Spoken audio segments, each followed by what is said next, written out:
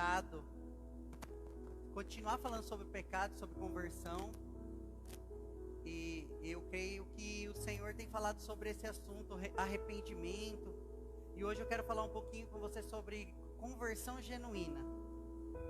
Conversão genuína é difícil da gente falar, né? Porque a gente vai ter um parâmetro humano acerca disso, do que muitas vezes é coerente para mim e não é coerente para o outro. E todas as maneiras que a gente tenta expressar isso, a gente vai lá na Bíblia e tenta mostrar, mas tal coisa explica desse jeito, tal coisa explica assim. Então, eu preciso que o Senhor me dê sabedoria hoje para conseguir colocar no coração de vocês um pouquinho do que Ele colocou no meu. Porque é um pouco complexo o que eu vou falar, porque foi difícil até para mim, entendeu? Eu e a Vanessa, a gente estava conversando. Eu sabia que ia falar acerca disso durante essa semana, mas foi quase 4 horas da tarde que a mensagem chegou no meu coração e eu fui esboçando ela ali. E para falar sobre conversão genuína, a gente tem que ter um parâmetro de conversão na Bíblia.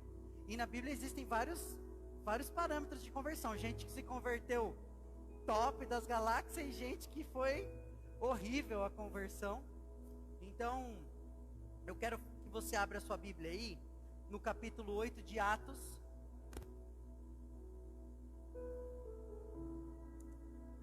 E eu vou falar para você, vou ler para você um pouquinho do que está em Atos capítulo 8, versículo 9. Que é sobre Simão o mago, ou o feiticeiro, ou o mágico.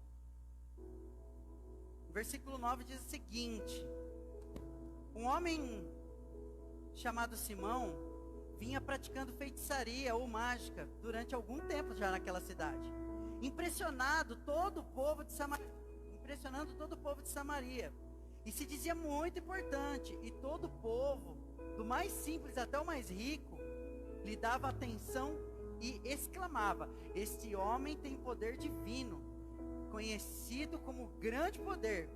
E eles o seguiam, pois ele os havia iludido com a sua mágica por muito tempo.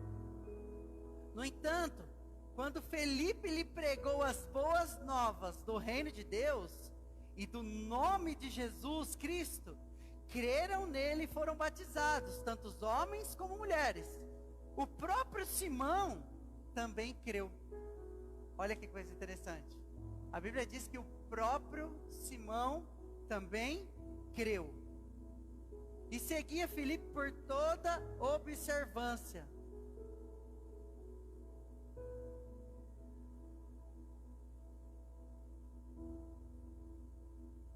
Seguia Filipe por toda parte, observando, maravilhado, os grandes sinais, milagres que eram realizados. Os apóstolos em Jerusalém, ouvindo que Samaria havia aceitado a palavra de Deus, enviaram para lá Pedro e João. Estes chegaram e oraram para que eles recebessem o Espírito Santo, pois o Espírito Santo ainda não havia descido sobre nenhum deles. Tinham apenas sido batizados em nome do Senhor Jesus. Então Pedro e João impuseram-lhe as mãos e eles receberam o Espírito Santo. Vendo Simão que o Espírito era dado com imposição das mãos dos apóstolos, ofereceu-lhes dinheiro e disse: dê-me também este poder, para que eu possa sobre quem eu puser as mãos que receba o Espírito Santo. 20. Pedro respondeu: pereça com você o seu dinheiro. Você pensa que pode comprar o dom de Deus com dinheiro? Você não tem parte nem direito algum nesse ministério, porque o seu coração é reto diante de Deus. Arrependa-se dessa maldade e ore ao Senhor. Talvez Ele perdoe tal pensamento do seu coração, pois vejo que você está cheio de amargura e preso pelo pecado. Olha só que coisa interessante. Acontece o seguinte: a gente escutou aqui, através dessa leitura, que esse Simão que enganava todo mundo através da feitiçaria, enganava todo mundo através das mágicas que ele fazia, começou também a seguir Felipe. E Felipe fazendo sinais e maravilhas. Ele começou a ver aquilo ali. E então, com o passar do tempo, vem João, junto, se não me engano.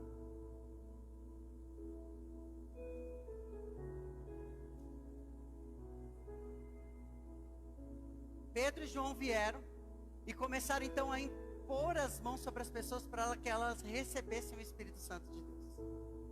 E ele ficou vendo aquela situação. Ele começou a perceber, ele analisou que os caras colocavam as mãos e as pessoas eram cheias do Espírito Santo. Então o que ele faz?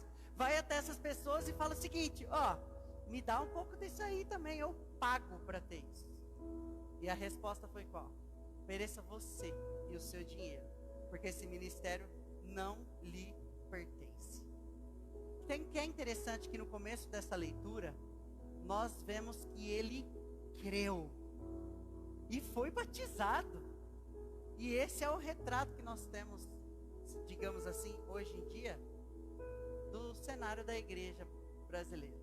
Muitas pessoas que creem e foram batizadas estão seguindo aí, aparentemente em nome de Jesus. Talvez possa parecer hipocrisia da minha parte querer dizer, quem é você para dizer se a pessoa crê ou não crê? Nós temos o parâmetro de Jesus para dizer, porque Jesus disse que a árvore você conhece pelos frutos. Ou seja, é impossível realmente você estar ligado na videira verdadeira, estar ligado em Cristo e não gerar frutos. Acontece que nós temos que tentar discernir que realmente é esses frutos. Porque se a gente for olhar grosso modo, a gente pode olhar megas igrejas, a gente pode olhar muitos homens aí que estão aparentemente fazendo sinais, prodígios e maravilhas. Então a gente vai dizer o seguinte: esses aí são os frutos que ele está falando. Esses aí são os frutos que é... Desculpa, pessoal.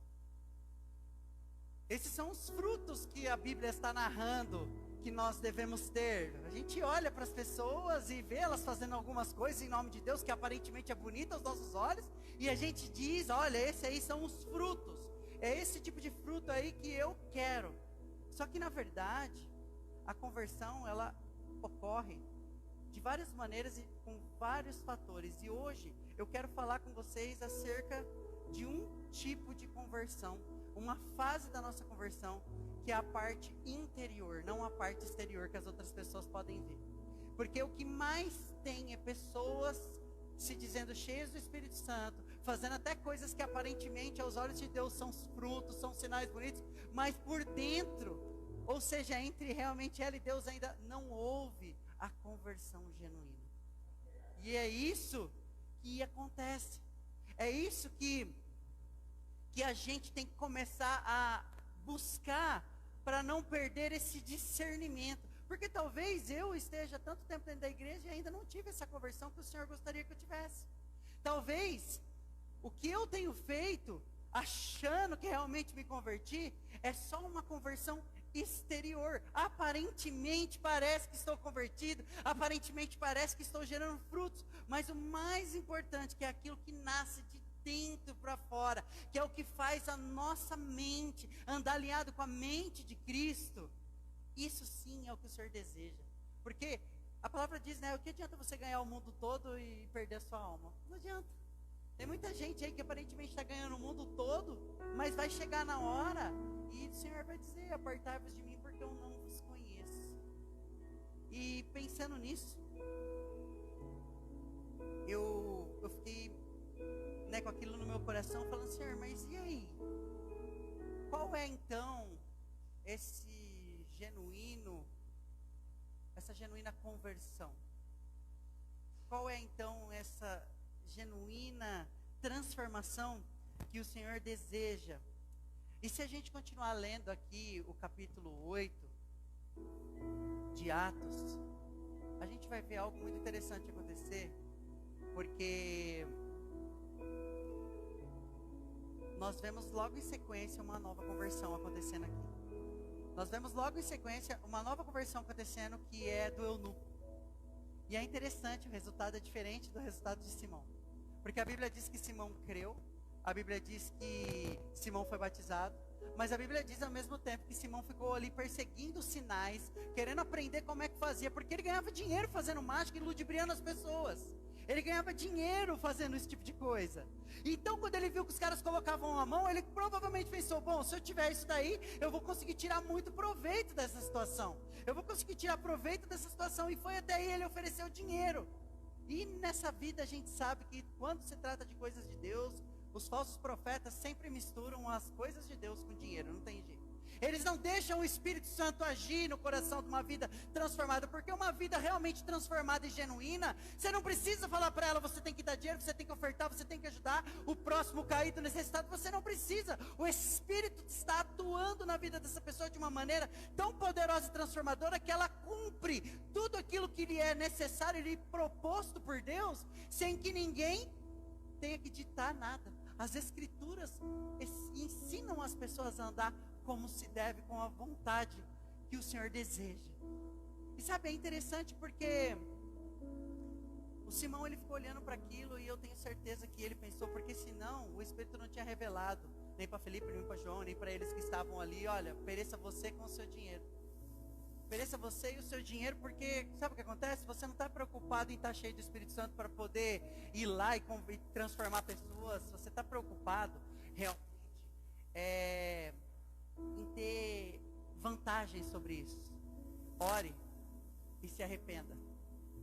Sabe o que é interessante? Que isso mostra também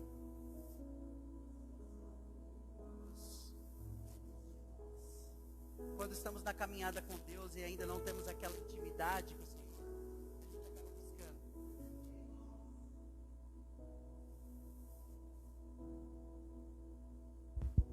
Acontece que quando a gente ainda não reconhece o senhorio de Jesus pelas nossas vidas, a gente começa a buscar em homens essas coisas. E o Simão aqui, ele faz isso, ele olha para o pessoal depois que ele é repreendido acerca disso e diz assim: orem vocês por mim, para que esse mal que vocês estão falando aí não se suceda. E quantas pessoas você já conheceu, ou talvez você que está assistindo pratica, que tudo que você precisa, você vai ter que pedir para alguém orar para Deus para você. É óbvio que é bom, a Bíblia diz orar uns pelos outros sem cessar. Mas a questão é, o homem não estava interessado em ter um relacionamento com Deus, ele não estava interessado em ser cheio do Espírito Santo para promover o poder de Deus na terra, ele estava interessado em ter o poder do Espírito Santo, em ter aquilo que os discípulos tinham para ter o quê? Para ter algo, para poder levar vantagem sobre a vida das pessoas. Ou seja, não houve uma conversão. A Bíblia diz que ele acreditou e foi batizado e começou a seguir os caras. Por quê? Porque coisas aconteciam. A Bíblia narra que ele enganava todo mundo, do pobre ao rico. E as pessoas olhavam e falavam: nossa, esse poder aí é divino, esse poder aí é diferenciado. E acontece que, na verdade, quando tudo aquilo começou a acontecer, e aqueles homens começaram a fazer a conversão do povo, as pessoas foram acreditando, isso, pregando a palavra, e gente se convertendo, o Espírito Santo descendo nas pessoas. Ou seja, o foco saiu dele e foi para o que estava acontecendo com o poder de Deus real. Então ele tinha que de alguma maneira procurar uma maneira de falar: não, eu preciso participar disso daí, eu não posso perder o centro das atenções. Isso também acontece na nossa caminhada cristã, porque muitas vezes a gente quer uma conversão, e depois de um tempo a nossa conversão já não é mais o suficiente. A gente quer começar o quê? Aparecer. A gente quer começar a mostrar para as pessoas: olha, eu sou homem de Deus, o que eu faço é certo, o que você faz é errado, então olha para mim. E na verdade a gente tem que olhar para Jesus. E a gente só consegue olhar para Jesus e ter os parâmetros de Jesus quando realmente a gente converte o nosso coração. Quando a gente continua lendo aqui o capítulo 8, a gente vai ver o eunuco vindo para uma festa e lendo as escrituras lá em Isaías, dizendo que ele foi morto como uma ovelha muda ao matadouro. E então o Espírito Santo fala para Felipe: vai lá, porque ele não está entendendo. E Felipe, então, eu imagino correndo atrás da carruagem e pergunta para ele: você entende o que você está lendo aí? Ele fala: se ninguém me explicar, como que eu vou poder entender? Que é o que acontece muitas vezes na nossa caminhada. A gente muitas vezes pega a Bíblia e não entende nada. E aí, sabe o que acontece? A gente vai vivendo fé de papagaio. Que a gente, tudo que sabe, tudo que acredita, tem que vir de alguém. Felipe então explica para ele. Felipe não dita uma regra para ele, falando, é assim que você tem que fazer, não. Felipe explica para ele acerca das boas novas. Felipe explica para ele acerca do Cristo que tinha morrido, ressuscitado, que andou com eles. Felipe fala tudo. E então vem a frase: o que me impede então de ser batizado? O que Felipe responde é extraordinário. Porque Felipe tinha acabado de ter uma experiência com esse Simão. Ele viu Simão se convertendo. Ele viu Simão se batizando. Mas ele viu que o coração de Simão estava o quê? Podre, estava pedrejado. O coração de Simão estava amargurado. O coração de Simão estava contaminado ainda, porque não houve conversão. Ele acreditou e começou a ver toda aquela cena. E ele olha para o eunuco e diz o seguinte: se você crê de todo o seu coração. E eu acho que é aí que está o negócio. A conversão vem através disso. De todo o nosso coração. Então a Bíblia diz que eles veem água para a carruagem. E ele desce e batiza o eunuco. E o resultado desse batismo é o que vem em seguida. A Bíblia narra que ele fica então cheio de alegria. Ele não ficou procurando sinais, ele não ficou procurando pastor. A Bíblia diz que Felipe é trasladado. Felipe é arrebatado e levado para outro lugar. Imagina o eunuco ia falar: ué, Deus, por que você levou ele embora? E agora? O que eu vou fazer da minha vida? Não, a Bíblia diz que o coração dele encheu de alegria, porque ele realmente se converteu. Ele realmente houve ali no coração dele o crer, e eu creio no arrependimento. E é isso que eu quero dizer. Hoje eu quero falar um pouquinho sobre o verdadeiro arrependimento, porque para mim, o que importa mesmo para uma verdadeira conversão é o arrependimento. Só que eu fiquei pensando nisso muito antes de trazer isso. E eu falei: Senhor, mas o que nos leva ao arrependimento? Porque o Simão creu. Ele creu e não foi suficiente. O que é então que vai me levar a verdadeiramente me arrepender? E o que o Senhor ministrou ao meu coração hoje, eu quero compartilhar com vocês, é sobre temor. Eu não consegui achar saída para uma conversão genuína sem temor. Nossa, então quer dizer que eu tenho que ter medo? Eu vou ter medo de Deus, aí eu fico com medo que Deus vai me pegar e me converta, e eu vou me arrependo de verdade? Não. Porque a palavra diz em 1 João capítulo 4, versículo 18 o seguinte: nos diz claramente que no amor não há temor. Antes, o perfeito amor lança fora o temor, porque o temor tem consigo a pena, e o que teme não é perfeito em amor.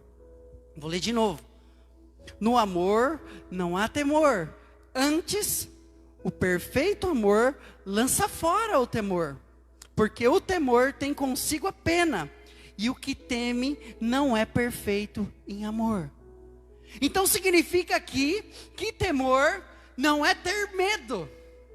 Porque o que acontece, eu vou falar isso daqui a pouco, acerca de como isso é ministrado na vida das pessoas. Vamos falar já, o que é ministrado na vida das pessoas é o seguinte: você tem que ter medo, porque senão a ira de Deus vai vir, você vai para o inferno, Deus vai pesar a mão em você. E o que acontece? A pessoa se converte e se arrepende de medo. Ela não tem uma conversão pelo verdadeiro significado do temor, que é profundo respeito.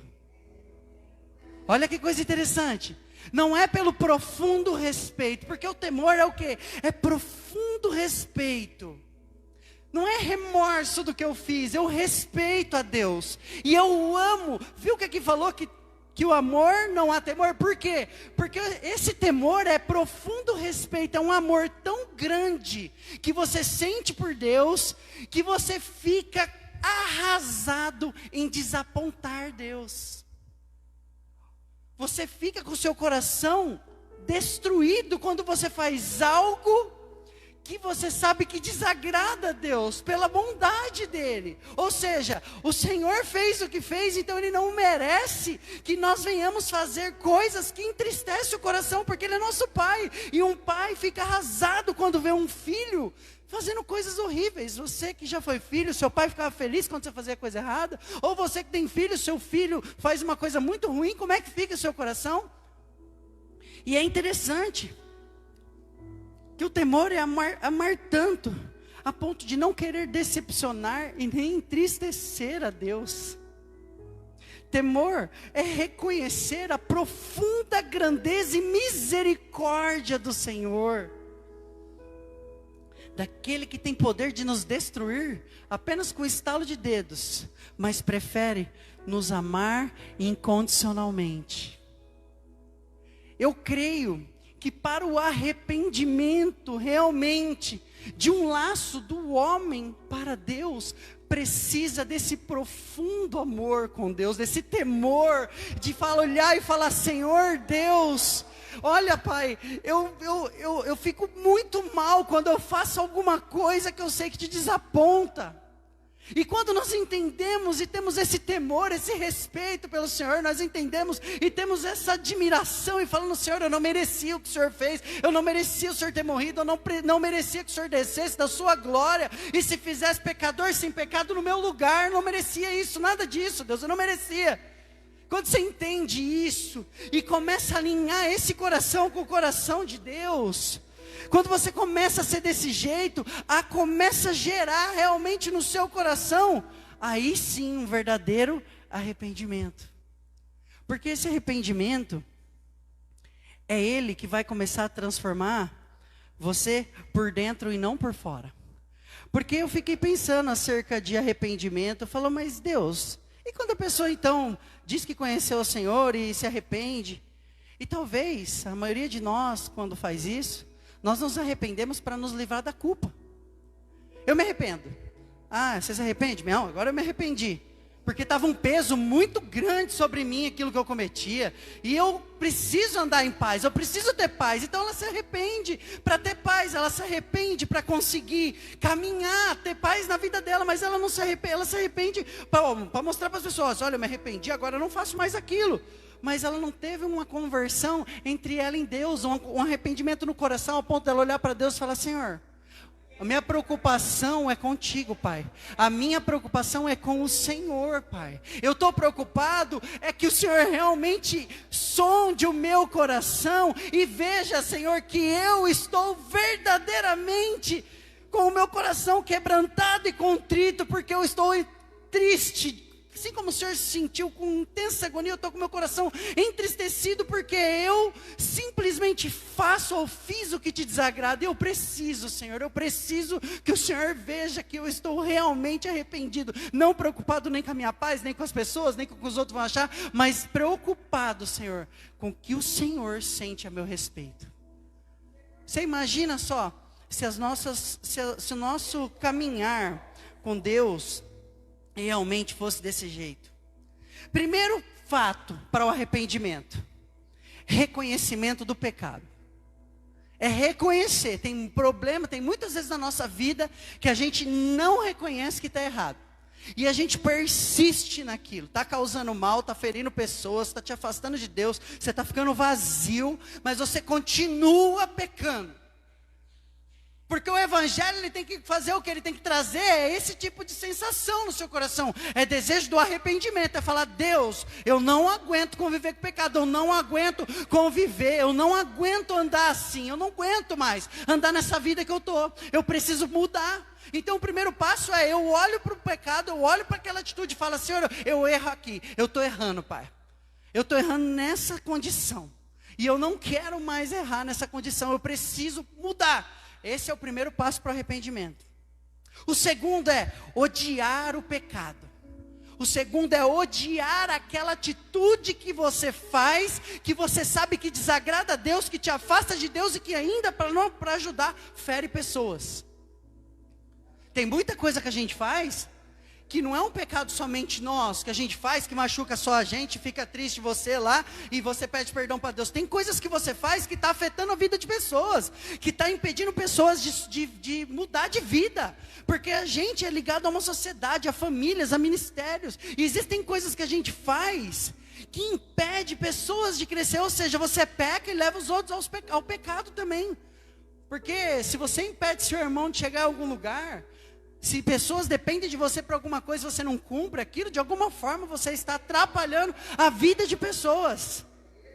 Terceiro ponto, confessar esse pecado a Deus.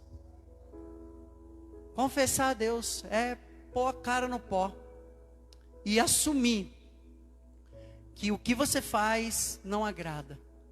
É falar, Senhor, eu luto contra isso, me ajuda. Porque só o Senhor para me convencer desse pecado, para me ajudar a sair disso. Existem coisas que a gente faz, até pensamentos que a gente tem, e situações que a gente, vamos dizer assim, caminha, que se Deus não nos ajudar a sair daquilo, a gente vai ficar perseverando em cima do pecado. E aquilo, você faz tudo certinho, mas aquilo acaba, é tipo uma laranja podre num cesto de laranja boa. Ela vai contaminando um monte de coisa. E existem coisas que nós fazemos na nossa vida que contaminam tudo de bom que a gente faz. O problema é que tem vezes que a gente quer equilibrar o que a gente faz de errado, compensando com o que a gente faz de bom. Ah, Deus, eu faço isso aqui, mas em compensação eu faço todas aquelas outras coisas. E é esse tipo de trabalhar do Senhor na nossa alma que nós precisamos. Porque para esse arrependimento nós precisamos do Espírito Santo. Não vem só do nosso próprio intelecto.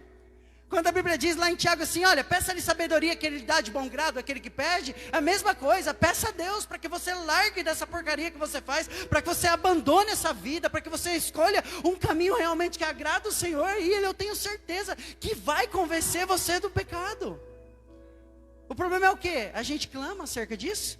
A gente tem clamado acerca do Senhor estar nos ajudando a nos livrar disso? E a quinta coisa, é depois que a gente vencer, é depois que a gente passar por essa situação, que houver essa conversão, que houver reconhecimento, que a gente odeia aquele pecado, que a gente abandona aquilo, é esquecer. Sabe o que acontece? Muitas vezes a gente já passou por todas as fases, só que a gente fica indo lá atrás da nossa vida, pegando as podridões, pegando tudo aquilo que já foi jogado no mar do esquecimento, que o próprio Senhor, se você falar para ele, Deus, eu fiz tal coisa, Deus faz, hã? Eu errei, Deus, aquilo ali, aquela vez. Não sei do que você está falando, já foi perdoado o seu pecado. E aí sabe o que você faz? Você fica carregando defunto, que já foi sepultado, já foi enterrado, já nem está só os ossos lá, nem serve para mais, não tem nada mais lá. E você fica trazendo aquelas coisas do passado e colocando ela à tona na sua vida. Então você precisa esquecer. Eis que tudo se fez novo. E se tudo se fez novo, não adianta você pegar as coisas velhas, porque as velhas já se foram, já se passaram, não adianta mais. Só que também não adianta você falar, então eu vou pecar e amanhã eu peço perdão e aí eis que tudo se fez novo. Não. Você não pode estar ali naquela busca incessante da prática. O pecado na vida do cristão tem que ser por acidente. Sabe qual que... Eu fiquei pensando, eu sei que não existe pecadinho, pecadão, apesar de existir o pecado para a morte e outras coisas. Eu acho que o pior pecado é o pecado consciente. É aquele que a pessoa sabe que é errado, ela sabe que aquilo vai trazer destruição, ela tem consciência da palavra, ela conhece, ela já teve um encontro com o Senhor, ela já se arrependeu, ela já acreditou, mas ela vai lá e mesmo assim, pela fraqueza da carne, ela vai e continua e faz e comete aquilo. E aí é terrível, porque a pessoa vai continuar nessa vida por um declínio para sempre. E o Senhor quer uma nova reconstrução de vida, porque a nossa vida espiritual está ligada com a nossa vida natural, e tudo que nós fazemos espiritualmente reflete na nossa vida natural. Agora a gente quer viver igual o ladrão da cruz, que viveu a vida inteira arrebentado, ladrão, destruído, para só no último minuto ir morar no paraíso. Ele veio para os pecadores mesmo, eu sei que ele veio para os fracos, ele veio para nós que somos caídos, mas o problema é que o Senhor, além desse arrependimento, Ele quer o seguinte, olha, se você buscar esse caminho, se você trouxer arrependimento no seu coração genuíno, um temor, algo realmente verdadeiro por mim, vai chegar uma hora que vai haver transformação na sua vida. eu sou a prova viva disso. Eu sei o pecado que eu vivia. Eu sei a vida frustrada que eu tinha.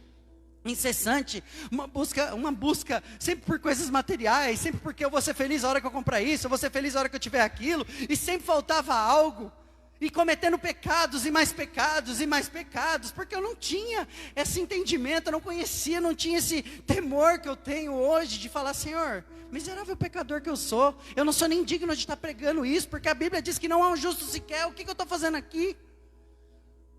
Mas somos todos justificados. E Jesus disse, aqueles que ouvem as minhas palavras e as praticam são os que verdadeiramente me amam. Sabe? Quem tem um encontro com Deus, deseja tanto viver para Ele, que não tem coragem de fazer nada que possa desagradar a Deus. Quem tem um encontro com o Senhor, tem tanto amor pela palavra, por almas, por vida e pela sua própria vida, entendendo que você é do Senhor, que não tem coragem de fazer nada que vai desagradar o coração de Deus. A pergunta é, por que você ainda faz o que desagrada o coração de Deus? A graça dele não te basta?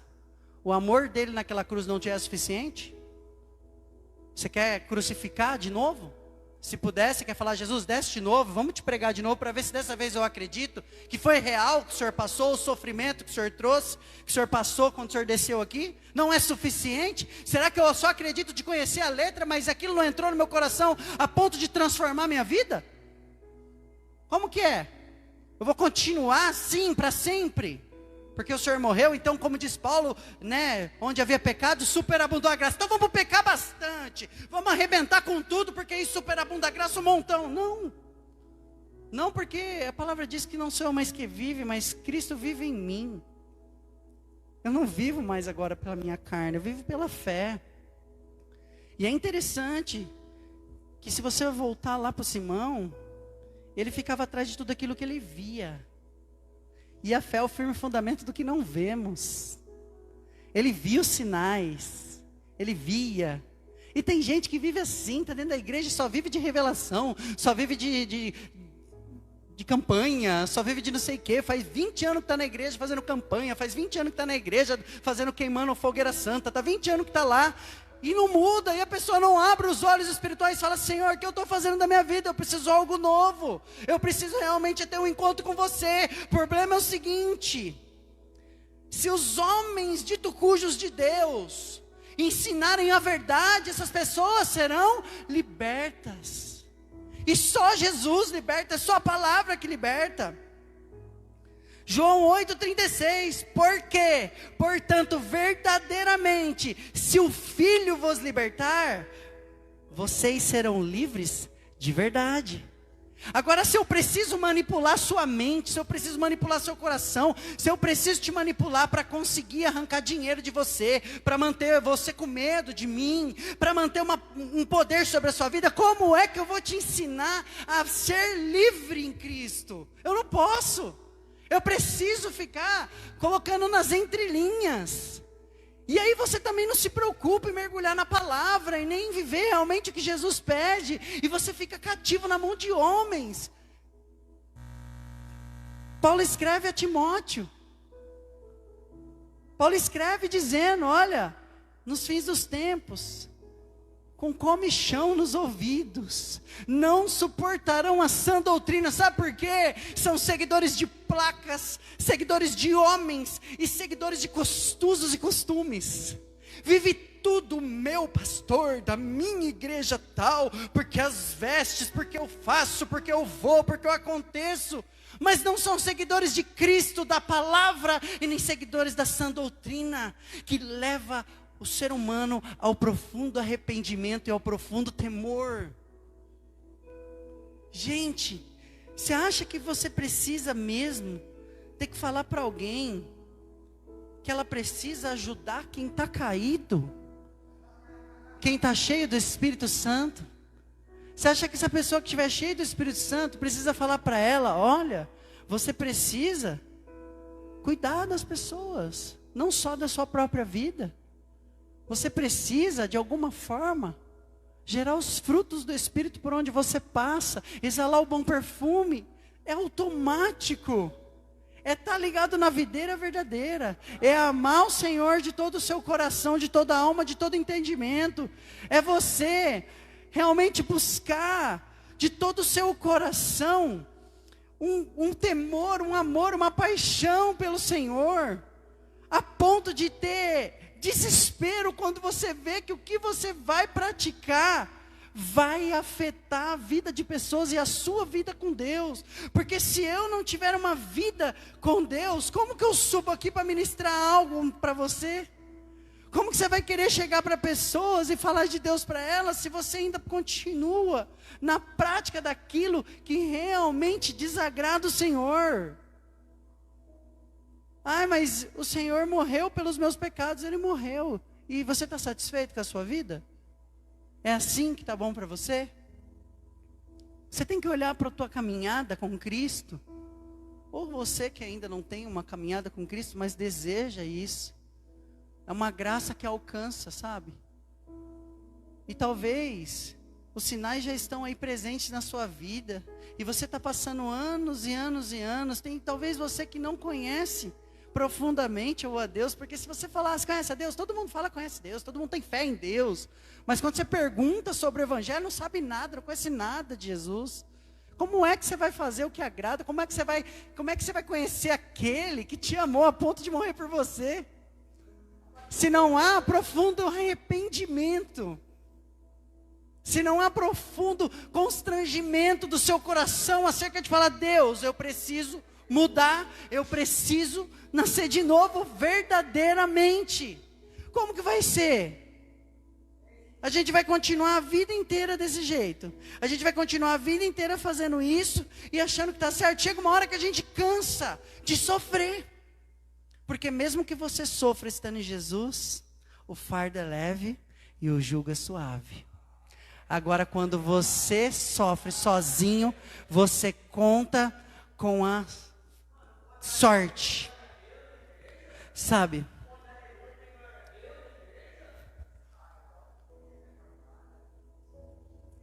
Quem se converte genuinamente, foge do pecado e corre para a bondade.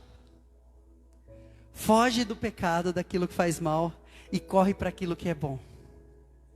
Quem se converte genuinamente, sempre está produzindo os passos de Cristo aqui na terra, porque somos embaixadores, somos cooperadores. Como é que eu posso dizer, estou em Cristo, mas não coopero com nada para o que é de Cristo?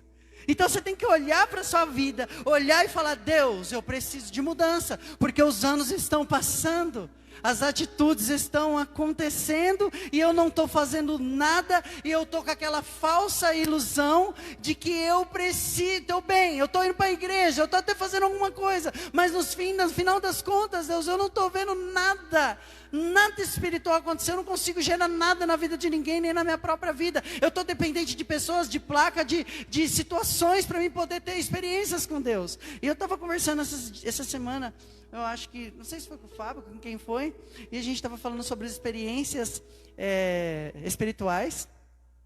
E é muito interessante porque eu e a Vanessa, a gente nunca viveu assim, experiências sobrenaturais. Sabe, tem gente que já viu foguinho acender lá, tem gente que já viu anjo, tem gente que já viu um monte de coisa. Nós nunca vivemos, é muito louco. E teve um tempo da nossa vida que a minha esposa olhava para mim e falava, o que acontece? Por que você continua? Todo mundo fala que viu o que aconteceu e que foi e tal, e por que você continua? Eu falo, não sei, algo me move a continuar.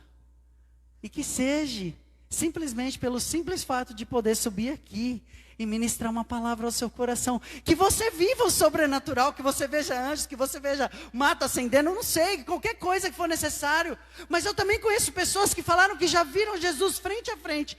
Pastor, chorando, me ligou, vem aqui em casa, a gente correu lá, que foi? Eu cheguei aqui em casa, estava tudo apagado, de repente eu vi uma luz lá dentro, e quando eu abri, eu estava de frente com ele, é a coisa mais linda. Uma pessoa que nem frequentava a igreja, e falou assim, é a coisa mais linda que eu já vi, é a coisa mais linda que eu já vi na minha vida, é a coisa mais maravilhosa. E o que ele fez? Ele fez assim para mim. O que ele está falando, pastor? Ele está te chamando. Nunca mais foi saber de Deus, nem pisar na igreja, nem escutar a palavra, nem nada. Assim como aconteceu com o Lázaro lá, e o rico e o Lázaro, né? Ele falou, vai lá, manda alguém lá falar com eles. Ele falou, não, os profetas falaram e eles não acreditaram. E eu acho que esse constrangimento do coração, esse arrependimento do coração, a ponto de ter algo assim que te machuca, que te deixa completamente triste quando você faz algo, eu acho que é aí que surge o verdadeiro arrependimento. Eu acho que é aí que surge a verdadeira, a palavra que me falta é como, não tenho nem palavras para dizer o sentimento de quando você faz alguma coisa que você sabe que Deus ficou triste com aquilo. Quando a gente começa a ter esse tipo de sentimento acerca dos nossos pecados e odiar, olhar para aquilo que você faz e falar, Deus, eu não quero mais isso, eu não posso mais conviver com isso, eu não posso mais sentir, nem praticar, porque isso me faz mal, isso me deixa mal, isso deixa o Senhor triste comigo, eu não quero. É aí que você começa a entender realmente o verdadeiro sentido do arrependimento, porque o arrependimento para com Deus, e não é um arrependimento para tirar só aquele sentimento de culpa do seu coração, ou talvez o sentimento que Judas teve, que era remorso. A Bíblia mostra que Judas teve remorso.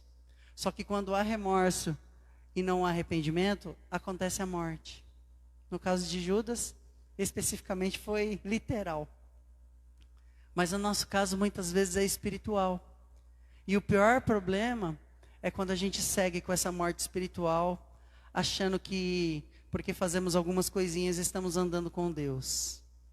Mas na verdade, o nosso desejo, o desejo do nosso coração é a gente andar segundo a vontade de Deus, que é boa, agradável e perfeita. Não é fácil, gente. Mas esse é um parâmetro para o arrependimento interior. Semana que vem, eu quero falar sobre o arrependimento e as causas exteriores. O que acontece realmente na vida de uma pessoa convertida.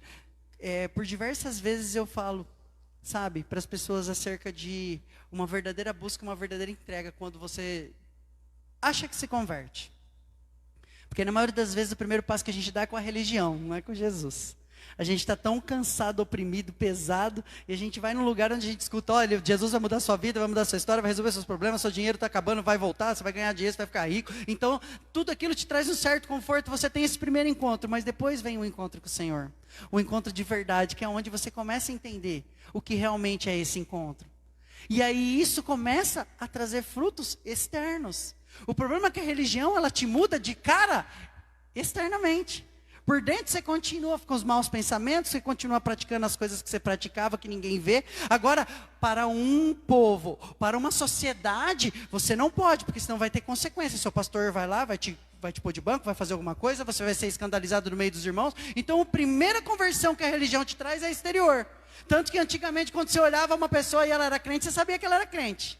Você falava, isso aí é crente, esse é da tal igreja, aquele ali é de tal igreja. Até pela placa, você olhava e você sabia de que igreja que a pessoa era. Por quê? Porque a conversão era exterior. E aí, quando você ia conhecer a pessoa, era uma pessoa maledicente, era uma pessoa caloteira, era uma pessoa que falava mal dos outros, espancava a mulher. Tudo que ninguém via, ela praticava. Mas na igreja era uma bênção. Louvava, estava lá no reunião dos varões, pregava, fazia, acontecia. Só que agora as coisas têm mudado. Porque agora nós estamos tendo acesso fácil. Agora tem internet. Seu pastor fala uma mentira lá em cima do altar, você volta para casa, entra no Google, vai pesquisar, tem 50 pastores lá pregando sobre aquilo e mostrando. E aí você vai começando a ler, e vai começando a estudar, e vai começando a aprender, e fala, pô, faz sentido, o que ele falou está errado. E antigamente não, a gente tinha que ser sujeito àquelas pessoas. Tinha pastor que estava em cima do altar adulterando tanto tempo e cuidando de igrejas lotadas, e era desse jeito, como também tinham muitos homens sérios de Deus. Só que as pessoas eram sujeitas ao quê? aos usos e costumes. Primeiro você muda isso. Ó, você não pode mais escutar essa música, você não pode mais usar essa roupa, você não pode mais isso e aquilo. Então as pessoas andavam naquela trilha e acreditando que estavam servindo a Deus, mas na verdade estavam servindo a vontade do homem. Então não havia arrependimento genuíno, havia arrependimento para o homem. Olha, agora eu sou certinho. Olha, agora eu estou fazendo tudo bonitinho. Olha, agora está assim. Mas por dentro faltava um encontro com o Senhor. E talvez nós, que já não vivemos mais essa fase, talvez hoje você olhe a pessoa na rua e você nem sabe se ela realmente conhece a Deus ou não. Mas ela realmente teve um encontro com o Senhor. E é notório. Pode falar o que quiser. Você pode ter tua vida financeira, tua vida de casamento, familiar, o teu relacionamento com a tua família todo destruído. Quando há uma conversão genuína, quando há temor ao Senhor, quando há um verdadeiro arrependimento, tudo muda. Porque tudo muda quando verdadeiramente estamos no Senhor. A nossa mente muda, as nossas atitudes mudam, e isso começa a o quê? A ser como luz e sal, não tem jeito. Então hoje, o meu desejo, o desejo do meu coração, é justamente que você que está aí me assistindo, vocês que estão aqui, que vocês possam buscar esse profundo constrangimento. Se quiser pegar aqui, Fábio. Você buscar esse profundo constrangimento. Esse constrangimento de ter desespero. De ter uma tristeza profunda no seu coração. Quando você fizer algo que desagrada a Deus. Sabe o que acontece? Muitas vezes, os nossos pecados estão ficando tão naturais, que a gente não sinta mais esse constrangimento. Que a gente não tenha mais nem necessidade de chorar e pedir perdão a Deus do que fazemos. Simplesmente a gente esquece e segue nossa vida. E as marcas do pecado vão ficando sobre nós. E os nossos ouvidos, cada dia que passa, vão ficando mais tampados para ouvir a voz do Espírito. Senhor Jesus, eu te peço, Pai, em nome de Jesus, que o Senhor possa visitar os teus filhos aí dentro da casa onde eles estão. Que o Senhor possa visitá-los, ó Deus, de uma maneira especial, Espírito Santo. Constrangendo, Senhor, dos pecados que talvez já estejam naturais na vida deles. Constrangendo eles, Senhor, de atitudes que têm desagradado a Ti. E a gente às vezes nem percebe, Pai. Nós queremos viver coisas intensas e profundas contigo, Pai. Nós queremos, Senhor. Nós queremos, Senhor, algo novo. Nós queremos viver algo novo com o Senhor. Nós queremos viver algo que ainda não vivemos. E para isso, precisamos estar distantes do pecado, Pai. Precisamos de um verdadeiro arrependimento. De um verdadeiro quebrantamento. De um verdadeiro constrangimento nos nossos corações. Para entendermos o que é santo, puro e imaculado. Eu louvo a Ti, Senhor, em nome de Jesus. Pai, entra dentro das casas agora, Senhor. Vai mudando as famílias. Vai mudando, Senhor, as pessoas, o coração delas, Pai. A mente delas, para que elas possam identificar tudo aquilo que Te desagrada. Que elas possam, Senhor, odiar o pecado. Que elas possam, Senhor, realmente se arrepender. E depois fugir, Senhor, de tudo isso que Te afasta, ó Deus.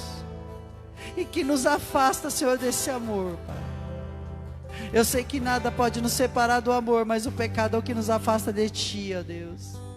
Esse pecado que talvez a gente nem dê tanto valor, porque é tão normal fazer. Ajuda-nos, Senhor, a ter uma nova vida, em nome de Jesus. Em nome de Jesus. Amém.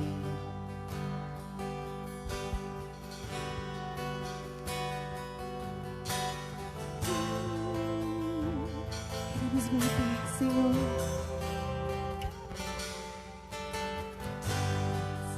Voltando à essência da adoração. A essência és tu, a essência és tu, Jesus. Me perdoa pelo que eu fiz dela. A essência és tu, a essência és tu, Jesus. Não queremos só cantar, Senhor, não apenas de palavras, mas de vida e verdade, sermos teus. Quando a música esmorece, o resto desaparece. Simplesmente a ti me achego, ansiando oferecer algo de valor para abençoar teu coração. Então muda-nos, Pai. Mais que uma canção eu te darei, pois apenas uma canção não é o que quer. Não é o que queres, Senhor. O Senhor quer nos transformar, Pai. Mais profundo busca, Senhor, do que os olhos podem ver. Queres meu coração, leva-nos a te amar, Deus. Estou voltando à essência da adoração, e a essência és tu, a essência és tu, Jesus. Me perdoa pelo que fizemos, ó Pai. Quanto a essência és tu, a essência és tu, Jesus. Estou voltando à essência da adoração, a essência. O Senhor nos ajude a voltar, nos ajude como igreja a voltar para esse lugar, Senhor, para esse lugar de arrependimento, para esse lugar de contrição, para esse lugar onde o que oferecemos ao Senhor é muito mais do que aparência externa, é muito mais do que palavras, é todo o nosso coração crendo no Senhor, adorando o Senhor em espírito e em verdade. Oh Senhor, levanta, Pai. Oh, levanta-nos como uma igreja, Senhor, que tem um coração totalmente convertido ao Senhor. Oh, uma igreja que anda no temor do Senhor, a essência, que vive a essência. Estou voltando, Jesus. a essência da adoração, e a essência és tu, a essência és tu, Jesus. Me perdoa pelo que eu fiz dela. A essência és tu, De todo o coração. a essência és tu, Jesus.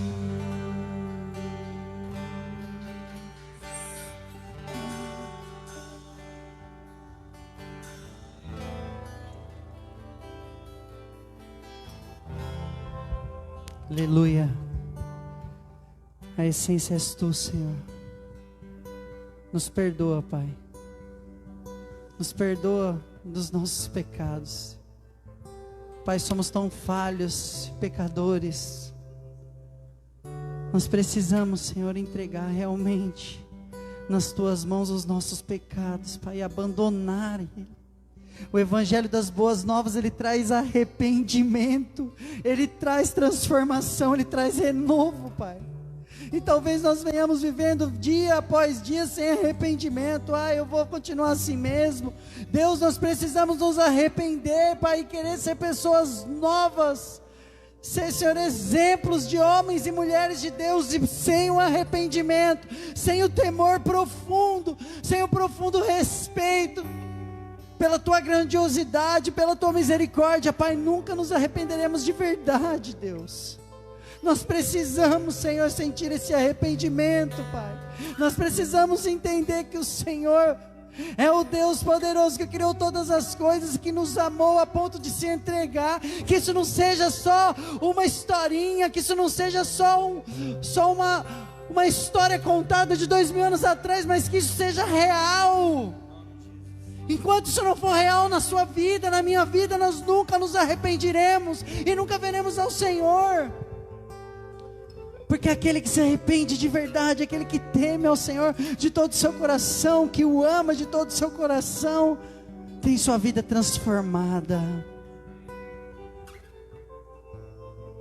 Acontece como o do eunuco. Grandiosa alegria.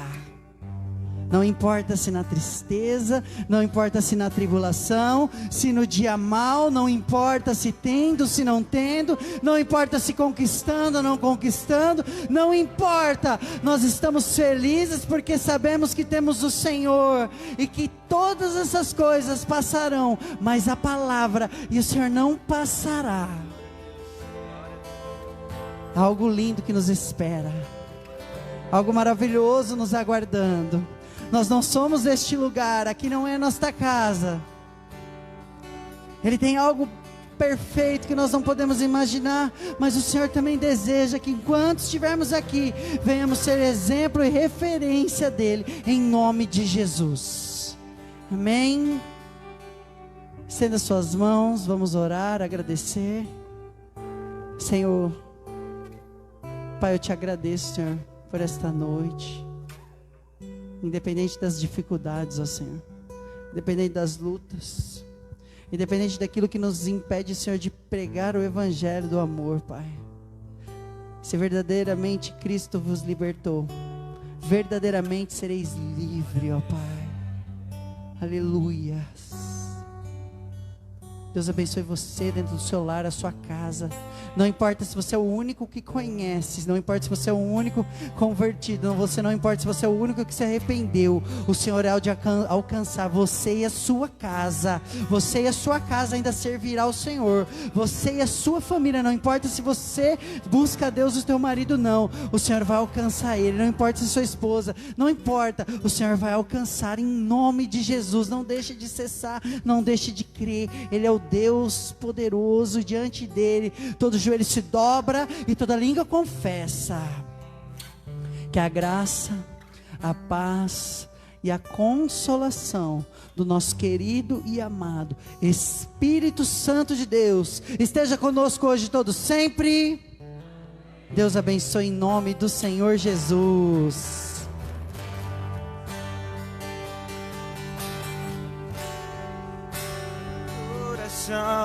E a essência és tu, a essência és tu, Jesus. Me perdoa pelo que eu fiz dela. A essência és tu, a essência és tu, Jesus.